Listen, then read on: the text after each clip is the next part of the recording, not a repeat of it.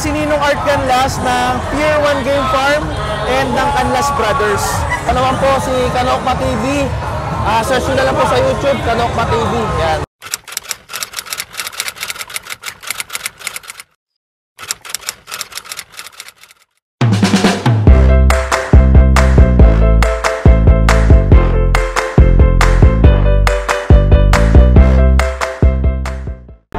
Welcome back mga kayami! Welcome back to my YouTube channel! Ayan, kasama po natin sila. Kuya, baka meron kang gusto i-shout out. Shout out! Silang Cavite. Yun, Silang Cavite. Oh. Kung pupunta mo dito na Game Farm. Sir B-Boy. Sir B-Boy. Sir B-Boy Enriquez, Fiber Game Farm. Si Kuya, si Ate, Shout out, Kuya. Baka meron kayong gusto i-shout out. Parang dito, Raga. Ayan. Anong bibili niyo manok, Kuya? Hindi kayo B-Boy. Fiber Game Farm. Kompleto po tayo for today's video. Kasama po natin ang Team Pausbong. Kasama po natin Win Castro. And of course, iVlog Motor. Kaloy TV. Good morning. Rancy Vlogs po, mga kayami. Huwag niyo pong kakalimutan pa-subscribe. Huwag na po natin patagalin pa. Ipapakita ko na po agad-agad ang mga manok na matatagpuan po dito sa World Game Fowl Expo. In 3, 2, 1. I've got the techno on my mind, standing in the club all night. I gotta move my body, move my body. Techno on your side, getting in the bumpy ride. I gotta move my body, move my body. Techno on my mind, standing in the club all night. I gotta move my body, move my body. Techno on your side, getting in the bumpy ride. I gotta move my body, move my body. Feeling it in my body. My dance moves flying away. What you see, you grooving. These beats keep me on replay. On replay.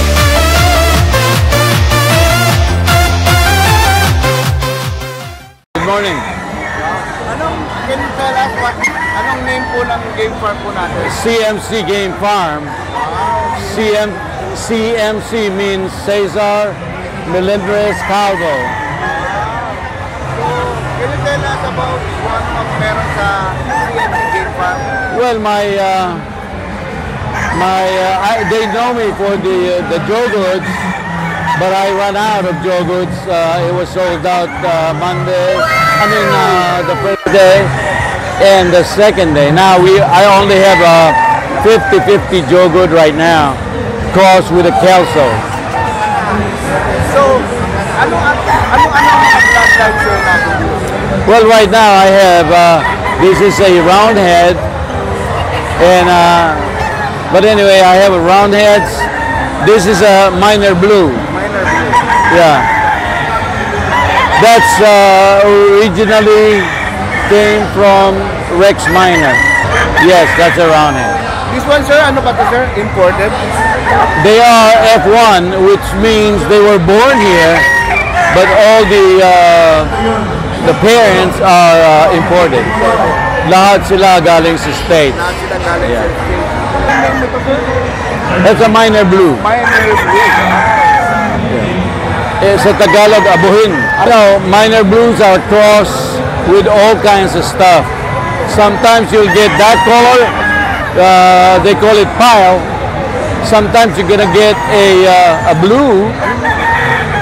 Sometimes you'll get a red with little spankles. Kaya marami kasi siyang crosses, pero na-perfect nila just like Kelsos. Kelsos are the same way. Si Walter Kelso nag-cross dito. Pag nakakuha siya ng another better bird, binabangga niya ng binabangga, kaya na-perfect niya yung Kelso. So, how long na po kayo nagmamanok? See, I used to be a feeder 9 years old. Wow! Yeah. Don't ask me my age right now. It's up there. Yeah. And my uncle was one of the pioneers of bringing imported here from Missouri yung mga Racy Mag, kung tawagin Racy Mag, old bloodlines. And he's a very good friend of Joe Good. And also, sir, pinipela, sir, magkano yung mga price range po natin? Like this one, sir. Ang pure ko, ang pure ko sa mga ganyan, 25. 5K? 25,000, yeah. Pero the Joe Goods and the McClanahans, I sell it for 30,000 and that's it. Wala tawad. The blue is 25K? Yeah. 25K. Yeah. That guy, This is a Robbie White. Kelso. Kelso. Yeah. Can you, again, sir? Robbie White. Robbie White. Yeah. And Yeah, that's crosses. okay. That's crosses. That's a dome. Yes, sir. I won a lot of those birds right there. The bullock. The bullet, yes. Yeah. I brought a pure bullock here and a pure Boston, and I put it together. That's how they came out. So this one, sir, how much this one, sir? Bullet. The bullock, I sell it for 15. They're crosses. 15. Yeah, they are crosses. That one is a yellow-legged hatch. This one is yellow, that is not. Yeah. Galing yan kay Oak Brooks. Who's this guy? John and Eugene Brown. That's where I got it from. That's a pure yellow-legged hatch. So, then, sir, how much naman po yan, sir? 25. 25K. May difference yung presyo ng between day 1 and day 3 or same? Well, sometimes breeder don't want to bring back the birds. Yes, sir. Kasi lumabas na sila, why would you bring it? And, you know, we have to lower the price a little bit. And kung hindi mabenta ng price na gusto ko, I'll take it back home. I'll fight it. Thank you very much, sir. Maraming salamat, sir. Salamat din po. Nice meeting you, sir. Same here.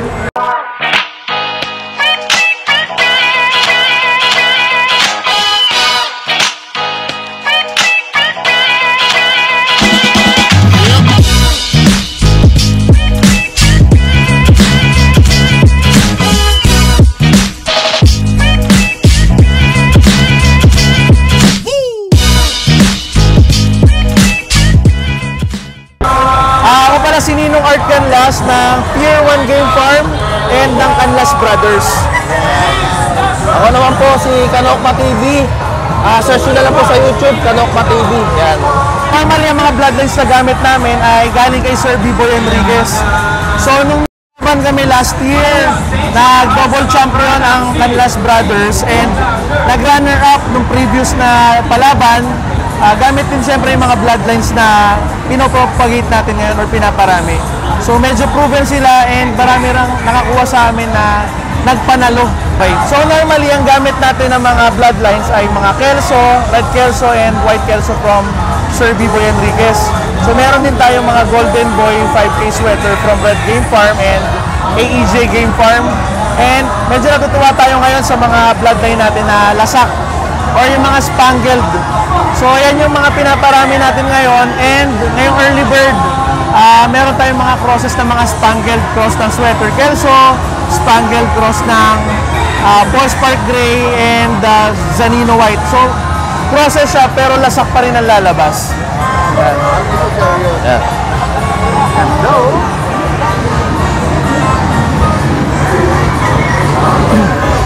So kakadaan lang ni Sir Art Lopez, pinakita ko yung production and nagandaan siya sa parang kapunan ng manok niya eh. Anak balik ang nakuha ko sa kanya.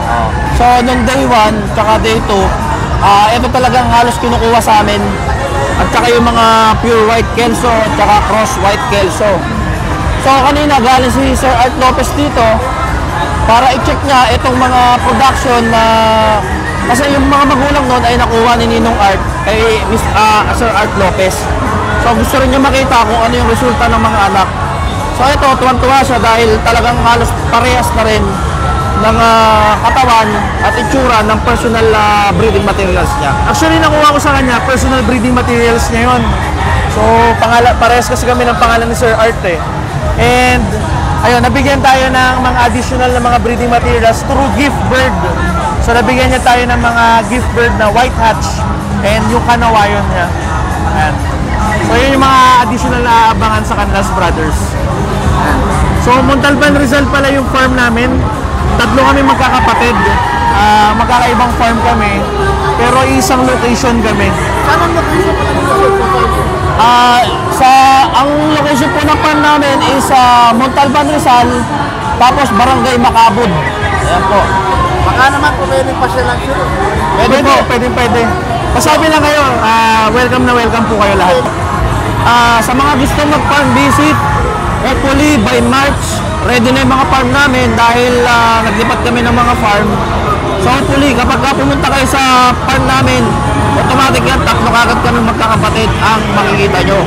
Dahil hindi naman nagkakalayo yung mga farm ni Ninong Art, farm ko, at saka farm ni Mini Canlas TV. Salamat pa, sir. Salamat.